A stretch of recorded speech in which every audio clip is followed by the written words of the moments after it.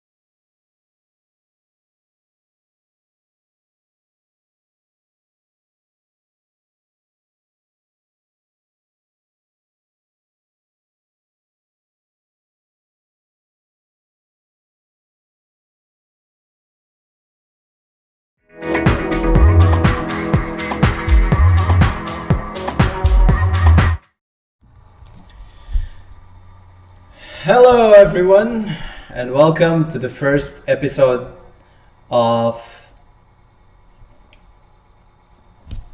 Hello, everyone. Sorry, I had some music in the background. Hello, everyone, and welcome to the first episode of Behind the Music with Elia. I'm your host, Elia Msawir. I've been working on this series for a month now, and actually more than a month, and finally, it's brought to you by Dubai Media City now. So the region's largest business district for content creation and media industries. Every month, I'm going to be welcoming a new guest into the show to discuss their life story and what they did to break into the difficult world of music and entertainment business. The aim of this new initiative is to empower and inspire talented artists and musicians across the region by providing the secret tips and tricks that have helped music industry pros pros to crack the code to a successful career in the creative industries. That being said, please allow me to thank Dubai Media City for giving me this platform and for believing that artists are one of the country's pillars. For those who don't know, Dubai Media City is an international destination for talent that creates the UAE's media ecosystem alongside Dubai Production City and Dubai Studio City. Together, these three business districts are home to more than 3,000 companies and over 34,000 professionals. Away from this, Dubai Media City regularly hosts workshops and seminars as part of the knowledge sharing initiative to develop the region's creative talent. To talk about their recent projects, one cannot skip the most interesting show, DMC Amplify, that aims to highlight, promote, and amplify inspirational creative talent across the region. And also the Soundcheck, a show that happened earlier last year, which I was part of. It was amazing. So yeah, this is Behind the Music. Before I talk about my guests, please do like, share, comment, subscribe to the show. Believe me, every time you're gonna leave this episode or this show, you're gonna have a bag of knowledge. My guest for tonight is known to empower artists and to support their music by giving them tools that could lead them to monetize on their art.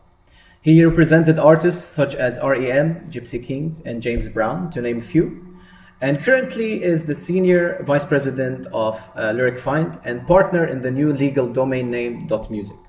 I'm not going to say much except that he's a legend in the music industry, and I was honored to meet him around the world. Actually, first time in Spain and second time in Mexico. Robert Singerman, welcome to Behind the Music. It's an honor to have you. How have you been? Thank you very much, Elia. And thank on DXB, Dubai Media City, and most of all, Big Beards Entertainment for inviting me. It's nice to get to speak with you.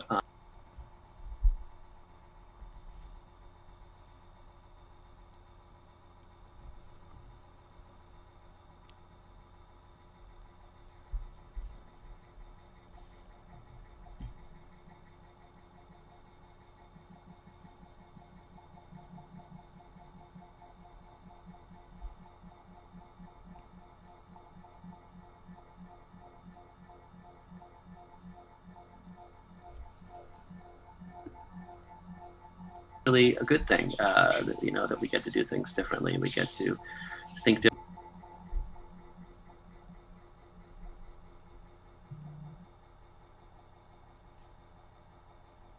Struggling without the live world to find ways of monetizing their creations and really spreading their message around the world, which has been basically my mission for the last, since high school 40-something years ago.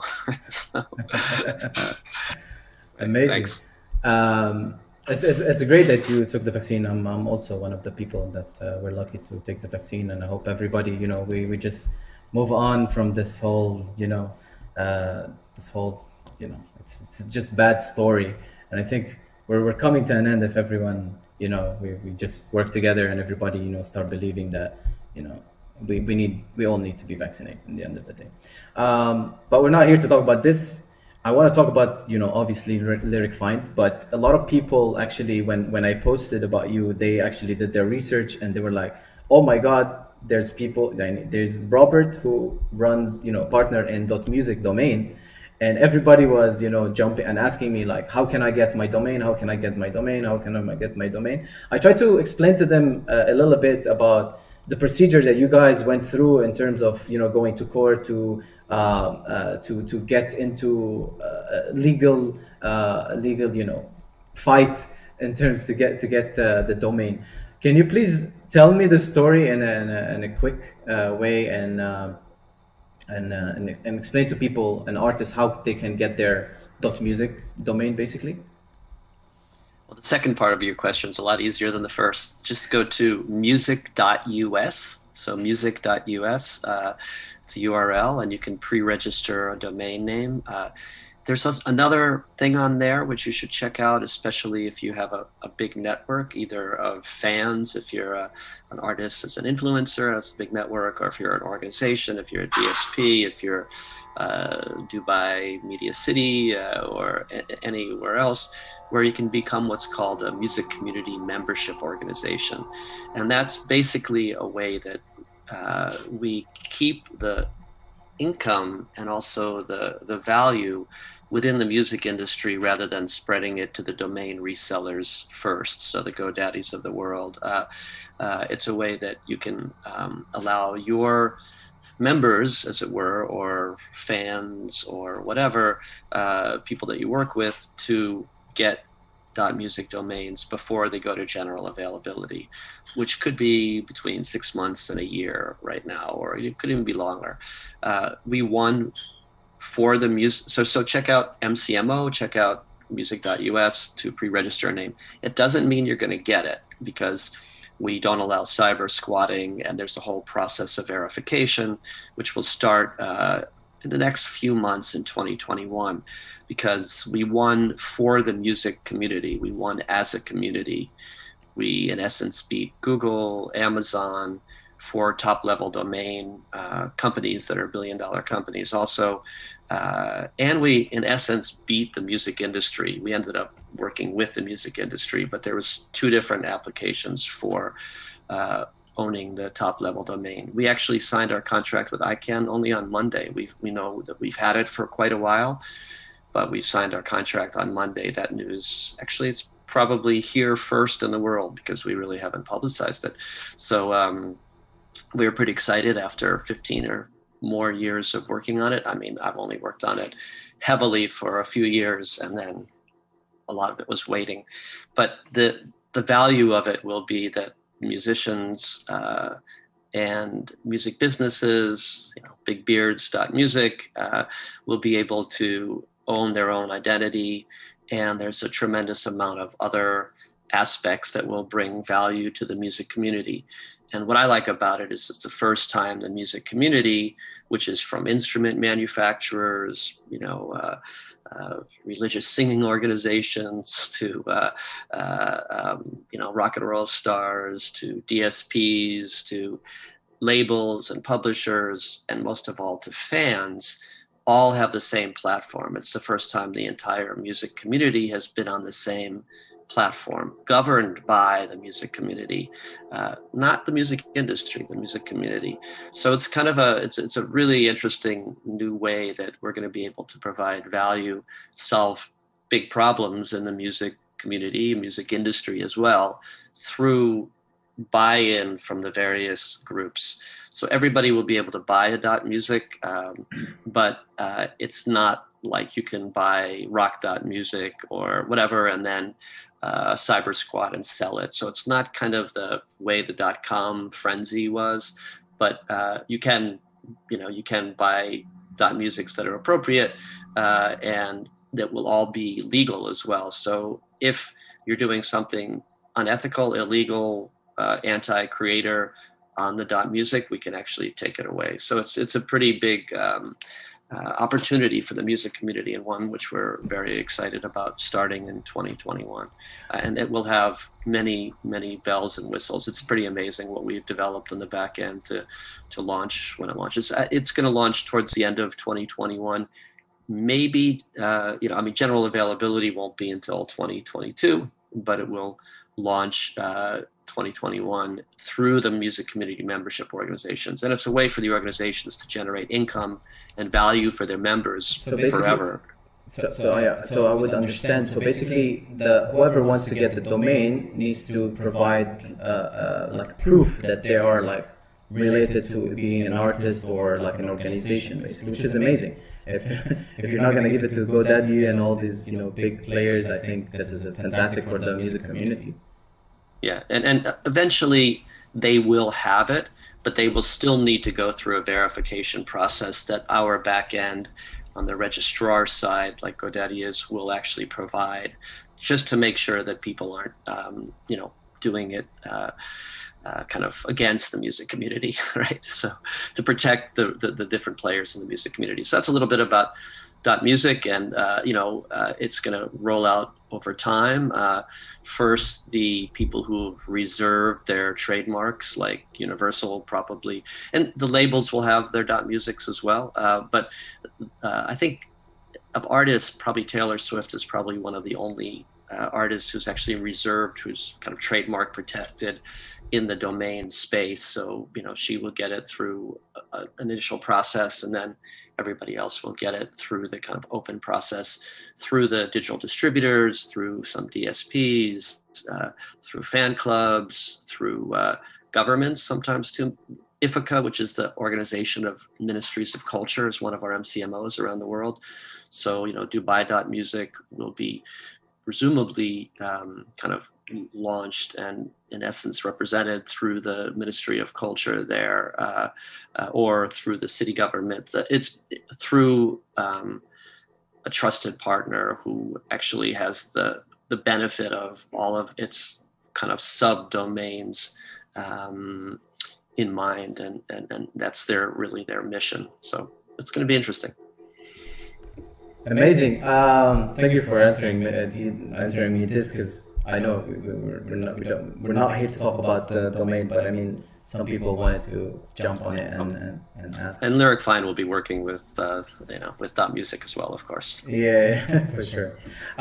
So coming to Lyricfind, for the people who don't know here from this part of the region, What is Lyricfind and when was it found? And yeah, how basically the ABCs of the company.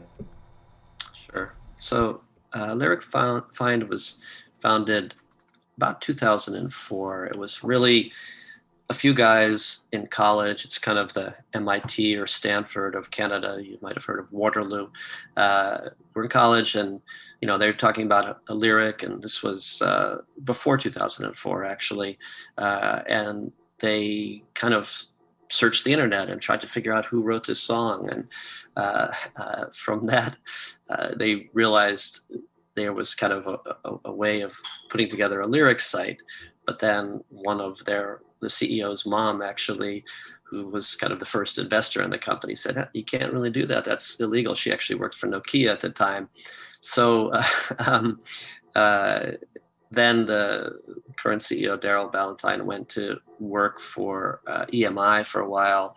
He met him at Canadian Music Week. A guy, Ted Cohen, who's now the chairman of the board or on the board of Lyricfind, and he interned for Ted. And the true story is they were actually at an amusement park ready to get onto this major roller coaster in Canada, and they got a call from Microsoft, and Microsoft exec said, "I'm just wondering, do you think you guys could actually legalize this? Do you think you could get the rights to show lyrics online?" Because lyrics were being shown online back then, but there was nobody who had rights for it. It was basically the wild, wild west and a mess. So Daryl called up Ted and said, "Hey, Ted, what do you think?" Because he was actually going to go work for Ted at EMI, and instead he said, Ted said, "Yeah, let's try to get the rights. I know I can get EMI." So it took a while to build it, but we're paying millions of dollars to publishers now. I actually started my mission to give music subtitles the exact same year, 2004, coincidentally. I was representing the European Music Office in the US and the French Music Export Office in North America. And I knew, because I'd worked with Gypsy Kings and a lot of American artists in France and a lot of French artists, and I knew that trying to sell music sung in French in America, with the exception of Michel Marbel or Dominica Nika Nika, would be very difficult because people can't understand. They don't even know what chanson means. They can't understand, what the word means. They think it means, Americans, could mean anything. So to sell artists who are singing in French, which is the greatest part of the French repertoire in terms of quality and quantity, because they're writing in French in America, yes, a lot of French artists also sang in English, and yes, you could have a few sales here and there, or maybe the Haitian community or something like that. But I knew right then that, to really sell French music in America, you had to give music subtitles.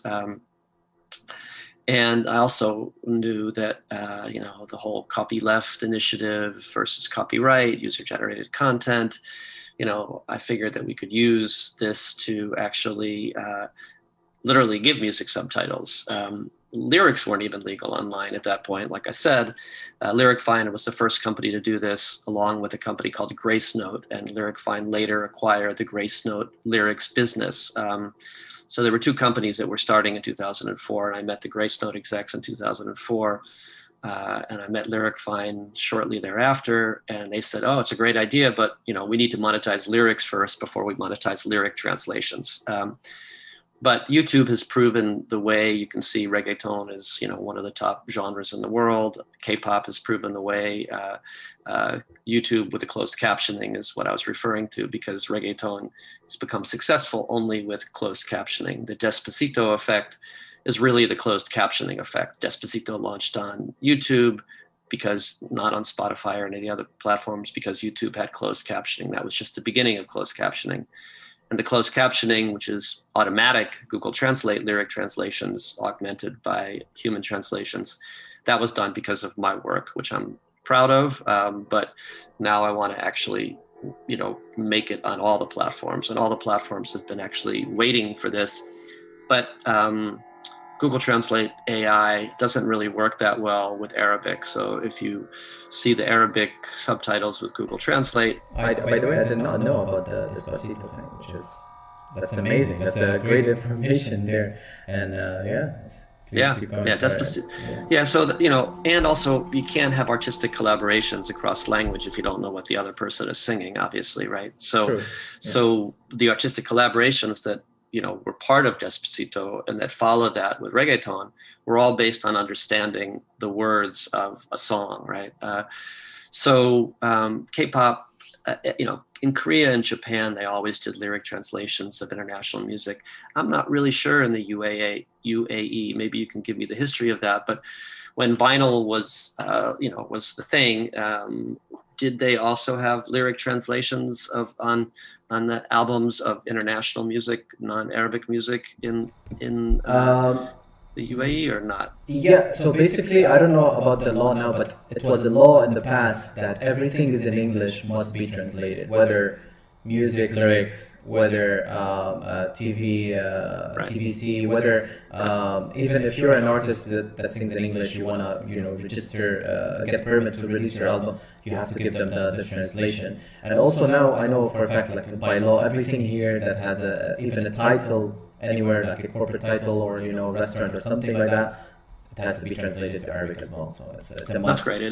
It also keeps the Arabic language strong, and it 100%. allows Arabic people to understand the English. Exactly. So that was what happened in Korea, which is and Japan and lots of countries around the world, China, and sometimes it's from like in China for censorship issues, you're not singing about sensitive topics. Sometimes it's more for just kind of keeping the language strong so that everything doesn't go towards English in the world. So anyway, it's been my mission for 17 years to give music subtitles, and it's happening in 2021 also on other platforms because we're launching a lyric translation platform so that we can supply. So let me step back. Sorry, I jumped way ahead. 17 years ago now. Yeah. But so basically, yeah, I have a question following what you're gonna say now. Something related. So basically, what Lyricfind does is we license lyrics from the music publishers around the world to the platforms. We're the B2B kind of glue in between. Oftentimes, usually actually creating the lyric database because we don't necessarily get lyrics from everywhere around the world. So we create it, we deliver it, we monetize it, we negotiate in advance with the DSPs, and we split the income with the publishers who then share the income with the songwriters. So Lyricfind has developed over the last whatever it is, 16, 17 years now to be paying music publishers and songwriters millions of dollars a year through this whole process of legalizing this market in the first place, monetizing it, and distributing like a digital distributor distributes tracks. We distribute lyrics to Google Search, Amazon Music, Deezer, Angami, 70 plus clients representing over 500 different platforms and apps and sites and phone companies and telecoms. We have a new vertical recently with automobiles. We power the back end of sync sites where you get your music synchronized through these synchronization platforms. Internet of Things. We anything where digital lyrics can show, we're kind of powering that. Also lyric search, voice search by lyrics. Hey Google, play me the song that has, or Alexa, play me the song that has these lyrics in it. That's because they search our database and then comes up on one of the platforms. Sorry, you were gonna ask a question? Yes. Yes. So basically, somebody was asking from the audience. So is YouTube a source for data that can show trends? Is YouTube a source from data that can show trends? Yeah, it is, of course. There's Google Trends. So with YouTube, we service Google Search and YouTube Music right now. So YouTube Music, I believe, is launched in, the platform, I believe, is launched in the UAE. I'm not positive, but I know it's launched in most countries around the world. Okay, so if there's lyrics on that, they're coming from us. Okay. So it's coming from Lyricfind. Yeah, exactly. Okay. So most of our deals are exclusive. There's one other company in the world that does what we do, basically. But to tell you, it was not announced here. Like people like myself who are deep down into the industry, we figure it out. But I mean, they did not say, "Oh, it's announced and it's fully available," kind of thing. So Yeah, I think it was kind of a gradual launch also for YouTube Music. 100%. Yes, correct. They're following Google Play, which did all right, but wasn't as gangbusters as some of the other platforms. So YouTube Music was rolling out slowly, and it's also taking people from a free ad-supported platform to a paid platform, which is a process, right? And you have to kind of go get into the market. So yeah, and the benefit for songwriters and artists kind of breaks down to the very simple fact that in most countries in the world, lyrics are considered 50% of the value of a song. The lyrics, the music. The lyrics are the more mnemonic value of the song. You remember the hook, you remember the chorus, you remember the meaning of the song.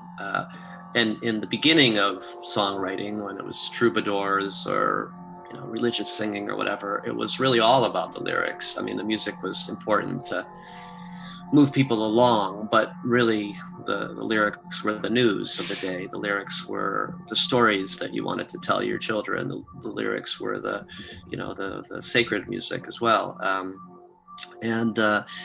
So for me, lyrics are very important. I learned to read by Follow the Bouncing Ball and reading the back of liner notes and listening to music and reading songs and having the world. I was lucky my parents had a very good record collection for music around the world. For learning the world through through learning songs, just sing songs. So if you think that lyrics are 50% of the value of a song, which is the copyright in the song, that means it's 50% of the lyrics are 50% of the value of the whole music world, the whole music industry, the whole music community. Wow. Okay. It's pretty intense when you think about that. And all we exist for is to amplify that value, create revenue for songwriters, publishers, because lyrics are a song right, not a master right. But it also increases the master income. It increases the income for labels. It increases the income for artists who didn't write the song as well, through what we refer to as ancillary income. So we pay the publisher who pays the songwriter, but when lyrics are on these platforms, people listen statistically more times and longer. So over the 30-second get paid, bingo, time, second, right, whatever, or don't get paid, and if they listen longer, you get paid more. So so that increases basically every income on a DSP. It increases mechanicals, increases streaming, increases interactive, increases master income, and we also pay for the exhibition itself, and we pay a lot. Thing to remember is that if it's a paid tier, like Spotify or Angami on a paid tier, not an ad-supported tier, we double the money the publisher gets on average per stream, times 2, which is significant. Yeah. If it's an ad-supported tier, it's times 4. So that's really significant, that the money the publisher gets just through us alone. So if you're making on the publishing side X amount of money, and then every time somebody goes to your song on a platform, they ask for lyrics, or the lyrics are there, then it's double that, which is significant. So they okay, I get you. So they make more money when they request the lyrics. Absolutely. So the artist will actually double their money on that service. The songwriter and the publisher will double their publishing income. Oh yeah, because the DSPs pay publishing to the publishers and masters to the label owners. In a lot of countries, especially in the Middle East, the label owns the publishing as well. Of course, It's been the history for many years. But there's separate rights. There's the rights for the song and the rights for the track, the master. Yeah.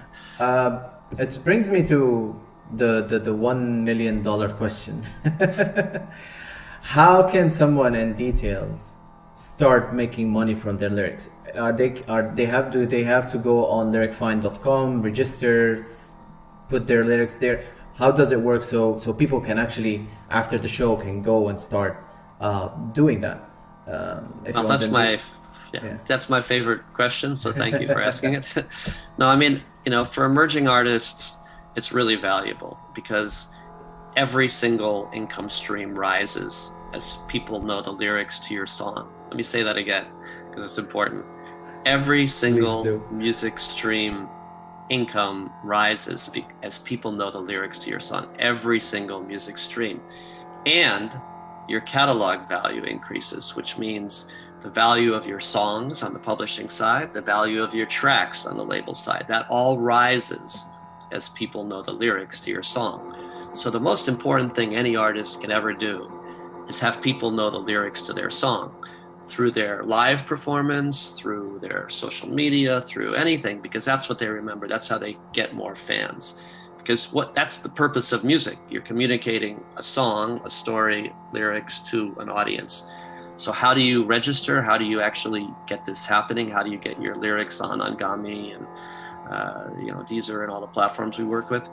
You can check it out on lyricfind.com. There is a way to get your music out on through lyricfind.com. Or if you have a publishing deal, you can make sure your publisher is signed to Lyricfind. And what that means is the publisher licenses their music, their songs to Lyricfind. And once we get the lyrics of those songs, and this is really important, which is something that I have to say that I think a lot of people don't understand. So I want the artists listening, the songwriters listening to really understand this. Please, yeah. We need to have the lyrics and we need to have the song data. We need to know who to pay, and we need to have the lyrics to really monetize your stuff. Otherwise, we do have a team in Morocco that basically transcribes Arabic music and also Turkish music there, or music sung in Turkish, from number one song on down. Okay, so we have a team there putting the lyrics in, transcribing all the songs in Arabic. But as you know, the kind of team in Morocco might have a different kind of dialect, let's say, of Arabic. Arabic sounds a little different around the world. You could basically understand each other, but there are, different emphases and different ways of writing and things. So we like to get the music from the songwriter, the publisher, the label, the manager, somebody who really knows what that song is. Otherwise, we have people listening, typing lyrics in, and it's pretty good. I mean, we hardly ever get complaints. 1 in 300 songs we get complaints on or something like that. I don't know what the real number is, but it's really very, very limited. But if we get the lyrics from you and we get the song data from you or your music publisher, that's the best way. Or, we do have some agreements with digital distributors like DistroKid, for example, who also do represent the publishing right, because remember, lyrics are part of the publishing right, not the label side. Yeah. So we do have agreements with digital distributors who are getting us the lyrics now because they understand the value of this for the label side, again, the ancillary income, and for the publishing side. And one of the things I mentioned syncs before, because that's one of the things that's really most important to remember. It's a big chunk of the income in the music world is synchronizations, like 20-25%, especially now that the mechanicals have gone down because of the lack of plastic sales. It's great that you mentioned this, because I remember an interview for BTS management. They were talking about monetizing on their lyrics as well, not just their music, and then they started talking about selling content. That's a different topic, but I mean, they mentioned this part. So I don't know how they do it, probably through your company or they have their own thing, but we definitely have BTS lyrics in our system for sure. There you go. So yeah, but the lyrics, the point I was making, which I don't know, it's a little bit tricky, so I want to make sure people catch it, is that when your lyrics are out there on Google search, on Amazon Music, on YouTube Music, on 500 different platforms, when your lyrics are out there, you will also get more synchronizations. And a synchronization, the right synchronization, can be literally a life changer, a career maker. It could totally change everything for an artist. One really big synchronization. Like I know that when I was representing the French Music Export Office, we had Yael Naim, who did an Apple commercial. And I remember the label guy, the head guy of the label, was in my office in New York, and he said, we sold 60,000 digital albums before the physical album was released, and over 1 million tracks of that song that was the Apple Air commercial before the physical album was released. So that represents millions of dollars, literally, plus all the money they made on the back end. Well more than $1 million for one sync. I mean, it was a big sync. Not all syncs are $1 million. Some of them are $100 or $1,000 or whatever. Calculate all and you'll be a millionaire. that adds up. But if your song isn't available, if your lyrics aren't out there, because I have music supervised a few films, and I would always choose the lyrics that go with the action, right? You have to actually, even if it's only instrumental music, you still have to know what the lyrics are to go with the action of it. So yeah, those are the different ways. Through your publisher, sometimes through your digital distributor, through your publishing administrator, or through lyricfind.com directly. You could also, if you're a publisher, you could also sign Harry Fox Agency in America, and then you could get it through HFA. So the process could be something like, if I want to get on DistroKid or CD Baby, I put my music and then I distribute it everywhere. Is that like similar to if I go on Lyricfind and put my data and my lyrics, this is how it goes? Yes. Yes. I mean, that's pretty easy. And sorry. Yeah, keep going. I have a different question related to this. Not necessarily everywhere. Everywhere we have agreements with. I don't want to, say something that's not accurate. But everywhere we have agreements with, your lyrics will be there. We're the lyric equivalent of CD Baby and DistroKid, but if you actually let DistroKid do your publishing, then you don't even have to come to us, because it goes through DistroKid to us. DistroKid will take whatever their little percentage is, but it saves you a heck of a lot of time and energy. So if you allow DistroKid to represent your lyric exhibition or your publishing rights, then we get it straight from the digital distributors in some cases. That makes perfect sense. Okay, can you share with me in a way how much approximately someone can generate from their lyrics? If let's say I went on Angami or Spotify or Deezer or Apple and I saw let's say, Robert, you're the artist, and I went on your lyrics, how much would you make from that? If you can share the numbers. I know these things are never accurate, but I mean, let me put it like this. Any artist or songwriter or publisher should have their numbers from these services. They should know what they make from the services on a per stream average in their royalty accounting. And remember what I said before, if it's a paid service, we should double that amount on a per stream average. So if you get paid point whatever it is, 1.6 cents, let's say, or something like that on the publishing side for a play on a platform, you would double that if the lyric is exhibited. If the lyric's not exhibited, it wouldn't be doubled. So you can't say that it doubles the total publishing. Again, I want to be transparent here. You can't say it doubles the total publishing income, but it doubles the average per stream income per listen when a lyric is exhibited, or times 4 if it's an ad supported. If it's on the free version of Angami, which I think they have, it would be in essence times 4. And Angami pays us, we pay the publishers pay the songwriters. That's kind of the way it goes. So I guess I could kind of be more clear and more specific in that number 1 songs, like let's say Hello by Adele or whatever, those kind of massive songs with massive success and airplay and digital airplay all over the world, they can make maybe $100,000, with lyric exhibition alone. But remember what I said, the ancillary income that's derived from lyric exhibition could be 100 times that, could be 1 million times that if they get one sync out of it. So people aren't going to get rich from us on lyric exhibition. $100,000 to Adele for that song was only a small percentage of her overall income. Yeah, but I mean, now during the pandemic, if an artist can make $5 that's That's Well, food on the table yeah. kind of thing. So it's very important. Every buck. Yeah. I totally agree, because especially publishing, it's a micro pennies business. They used to say it's a pennies business. Now it's a micro pennies business. Yeah. But micro penny could be worth $1 million if you get a sync out of it, like I was showing the example before. So even if it was streamed once and you get 0.3 cents or something for that particular click, and I just made that number up, whatever it is, if you get 0.3 cents, but the right guy hears it and they put it on an ad or they put it on television, that could be $100, $1,000, $10,000, $100,000, $1 million from that one lyric exhibition. And if you're not with us, you're not on Google search, so that's, and we're exhibiting almost 1 billion lyric exhibitions a month on Google search. 1 billion lyric exhibitions a month. Wow. 15, 20 billion. Lyrics, this is really important too. Yeah. Lyrics are the #1 search term on the internet. More Of than course, yeah. I'm one of them. I'm one of the people. Of course, number one, more than adult, more than sex, more than money, more than anything.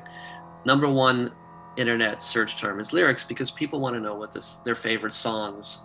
They want to know the words. Yeah, sometimes I hear a song and I don't know what's the name of it or the artist. I go like I heard three words. I go on Google or YouTube and like, yeah, this is the song, and I get it. So yeah, definitely.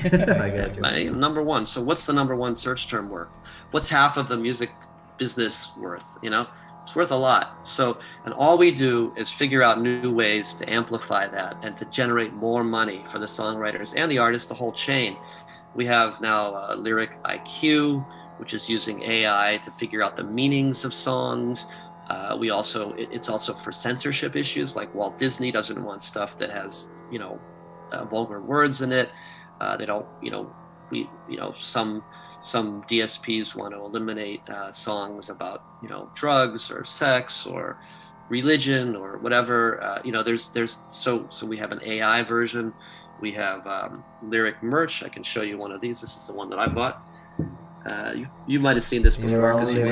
Yeah, of course. I think this is I saw it in Mexico, if I'm not mistaken. Yeah, I like to wear that at my, So Paul McCartney's making money on that shirt. Sony ATV made money on that. His publisher made money on that shirt.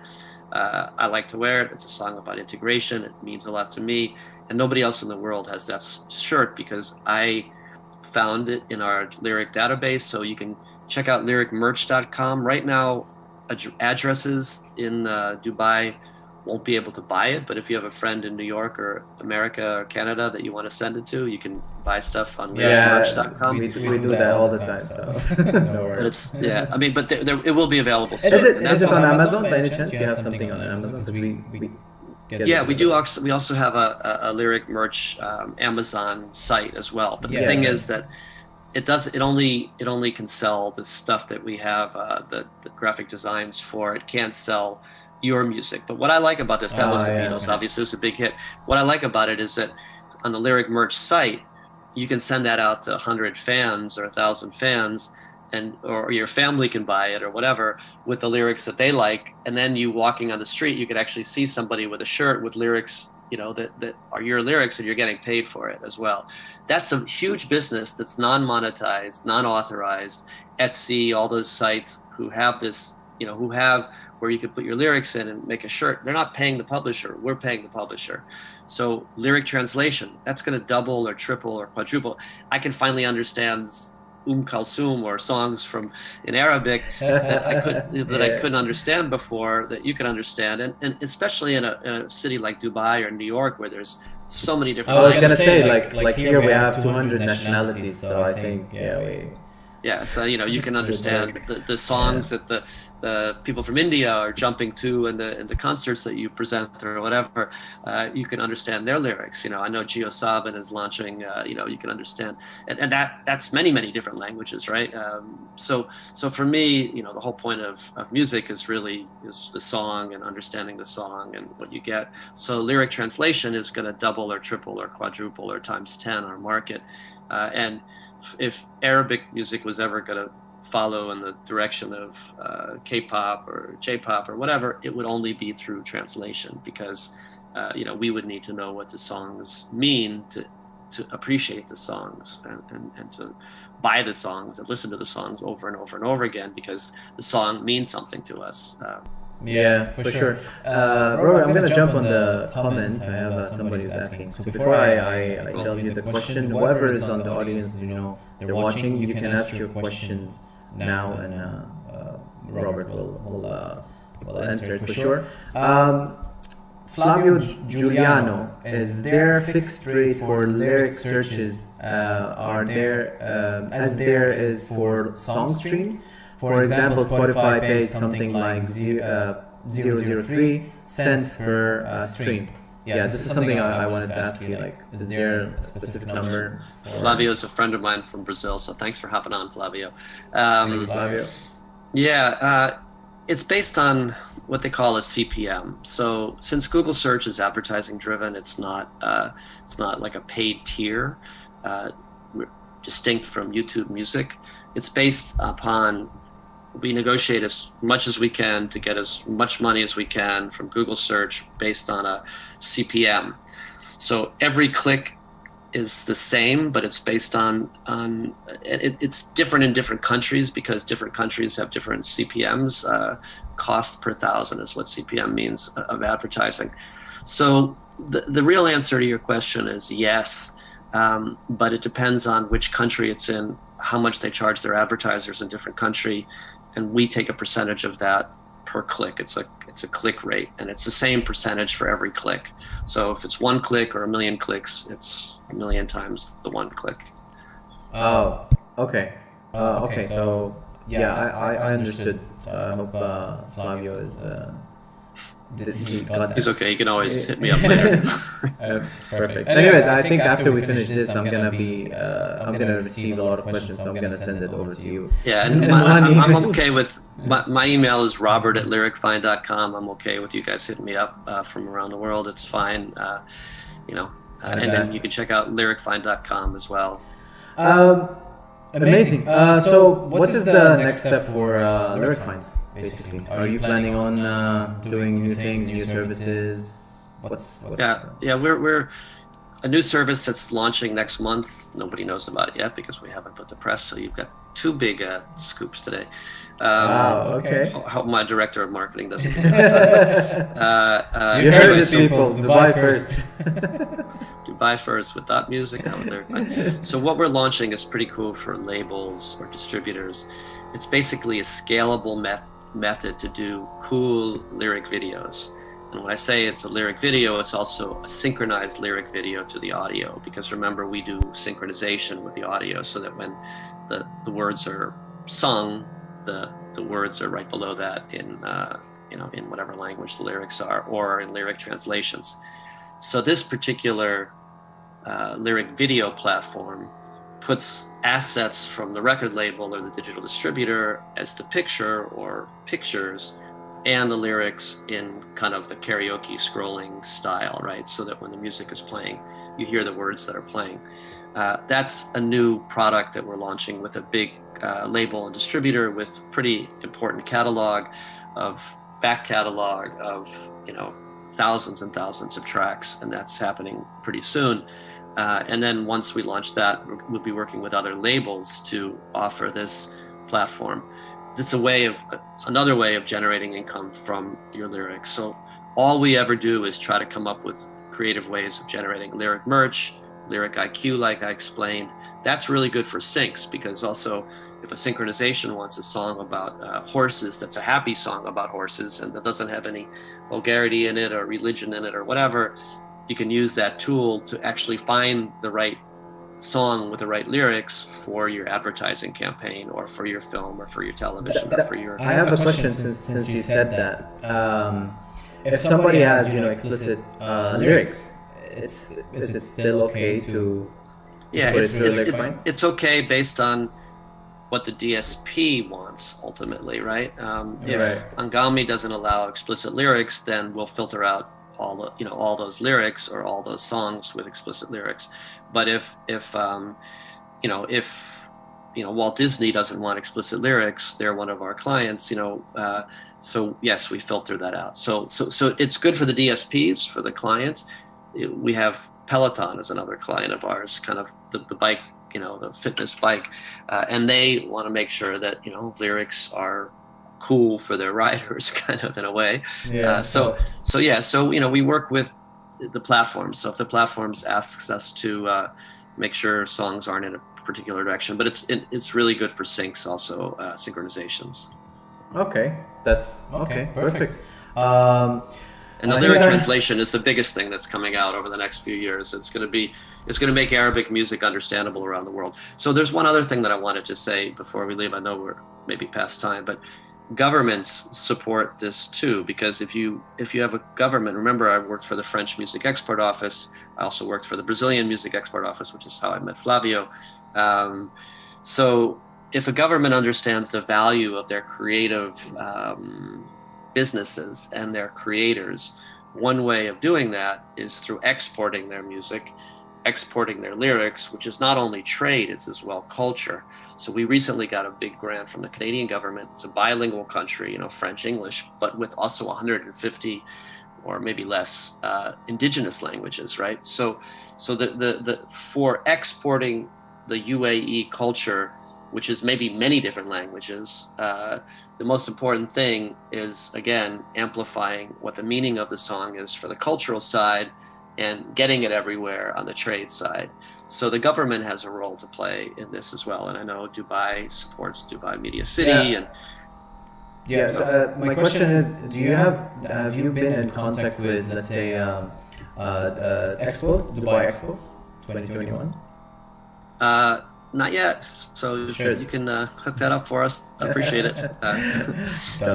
No worries. My last question for you tonight is basically, if UAE or Dubai is working on a music conference or a music market here, would you be interested to come and be involved? Not only interested, I'm happy to help with it. I mean, another thing that I created was a tour of Latin America. I told you about this before, I believe, but called CAB, Chile, Argentina, Brazil, Music Trade Mission Tour. So the idea, the joke is empty, Music Trade Mission Tour, CAB, empty CAB. So it's a mnemonic device, but CAB, empty.com. And what I did this year in the COVID, because we couldn't physically travel to all these different conferences, that I routed so that executives could actually travel and meet new Latin American partners. What I did is I called it a collaborative and beneficent CAB, C-A-B, and I'm putting all the different viral virtual offerings like this show, all of your interviews on there to promote to people in the COVID period, pandemic, while they're still at home.